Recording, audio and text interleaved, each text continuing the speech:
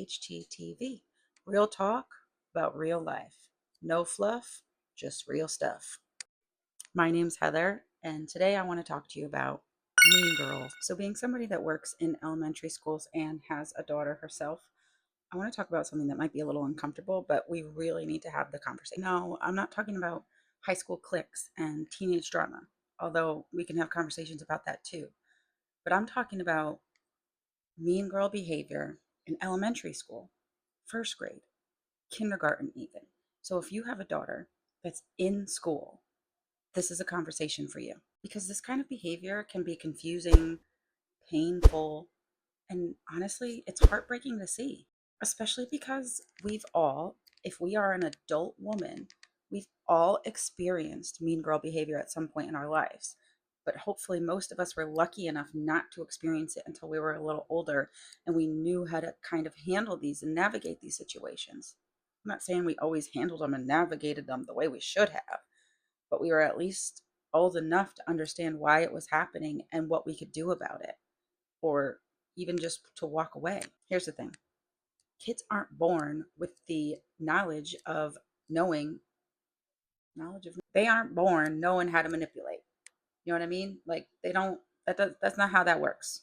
But they are hardwired with emotional instincts. So for little girls, that can mean that they want to form strong bonds with other girls just naturally. Once they start school, they want to make friends. And part of that is the feeling of belonging. Like any relationship, these young girls' relationships are going to experience the ups and downs. However, they don't have the emotional tools yet to deal with jealousy, insecurity, and hurt. So they're going to respond the only way they know how.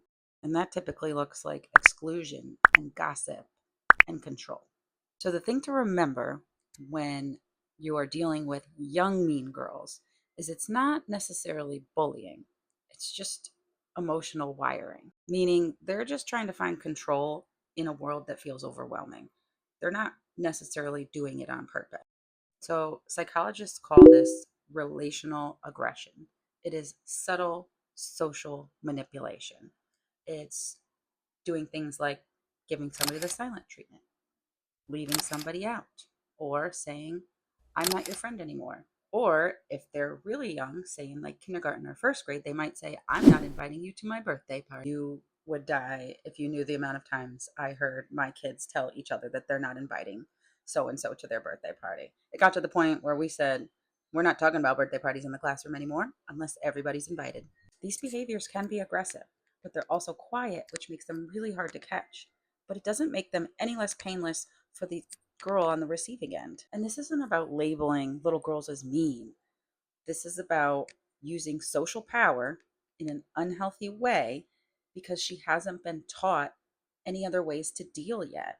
The good news is kids are incredibly adaptable. If we teach them what healthy friendships look like and model kindness, empathy, and healthy emotional honesty, they're going to learn real fast. So if you've been noticing some unusual behavior with your daughter and you think that she might be struggling with a mean girl, you're not imagining it, and you're certainly not alone.